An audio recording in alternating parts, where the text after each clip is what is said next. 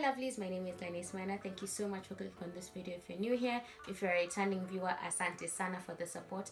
And in today's video, I'll be sharing on how to start a blog. And I hope that this few tips will get you started in your blogging journey. The most important thing is to just start. You'll figure everything out as you go. So let's get into it.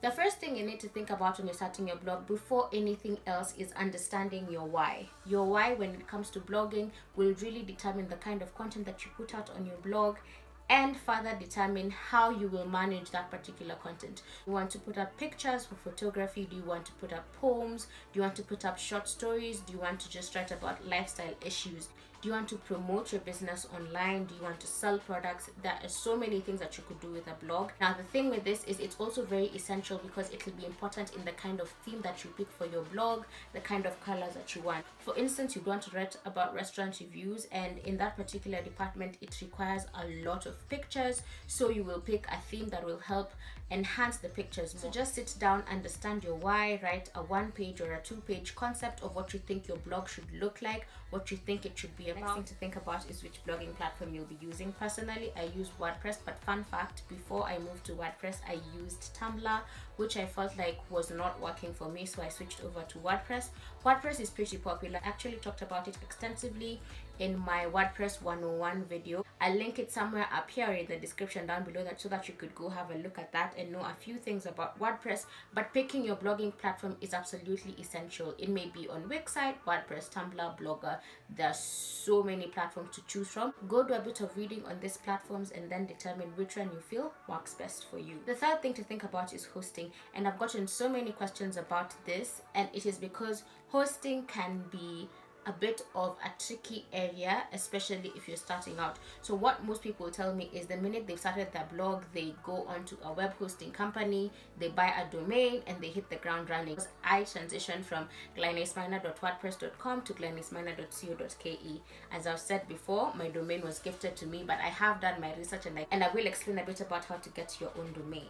The thing to understand about hosting is there are two types of hosting. The free hosting that is offered by the platform that you're on, and then there is self-hosting. So I usually recommend that when you're starting out, when you're still teething around with your blog, go with a free hosting. That way you don't have to pay for your domain every single year and you've not yet gained ground. For instance, for me, in the first 3 years of blogging, I was glynisminer.wordpress.com, and in 2018 that's when I had my domain glynisminer.co.ke. Please remember that if you decide to self-host, that this will cost you some coins. So the first thing that you need to do when you decide to self-host is to get a good partner for that, where you will be able to get a domain and for them to also host your blog or your website. So for me, for instance, glynisminer.co.ke, the domain there is .co.ke. You could decide if you want to use .com, if you're an organization, .org, etc, etc. That is basically what a domain is. When it comes to hosting, for me, I know that my domain was acquired from HostPoa. I'll link it down below. You guys could go and check them out. They're a pretty good service provider, and then you could be able to see how much they charge, the rates that they have, and the like. Once you've decided your why, you've figured out your blogging platform, you've decided whether you want to self-host or you want to put it up on a free site, the next thing to think about is the name of your blog. Now please remember, a name is key because a name is what your blog will be identified as. Especially if you decide to go the self-hosting way, it becomes a bit difficult if you decide to change your name in the middle of everything. Please sit down, determine the name of your blog. Please have it align with what the purpose of the blog is. For instance, in my case, I named my blog after me, Glynis Miner, because it is just about stuff that goes on in my life, following my tagline that everyone you meet has something to teach you.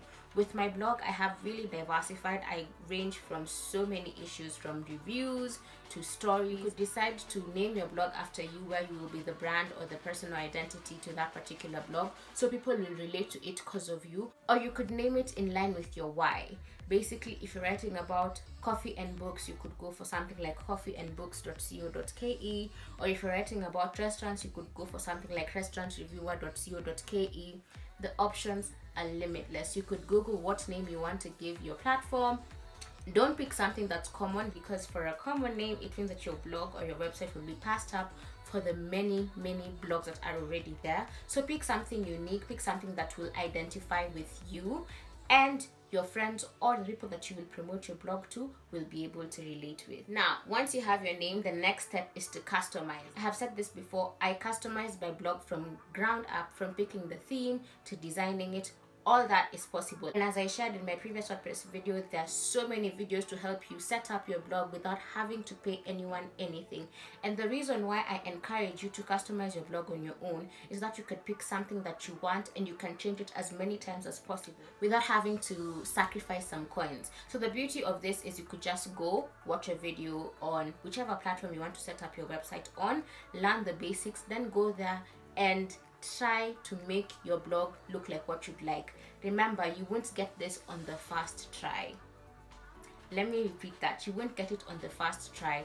There are thousands of themes to look out for. If you feel like you're not getting what you want, keep searching, keep checking, and you will see something that is custom and tailor-made for you and for what your blog needs. It's also important to note that you could even pick the font on your blog. You could make it as funky or as fun as possible. You don't have to have a boring blog. You could play around with so many colors. You could play around with the color of the text that you're using. You could play around with your header images. You could play around with your widgets. You could do so much. So please have an open mind as you're customizing your blog. Now, once you've done all these 5 steps, the next thing is to write your first blog post.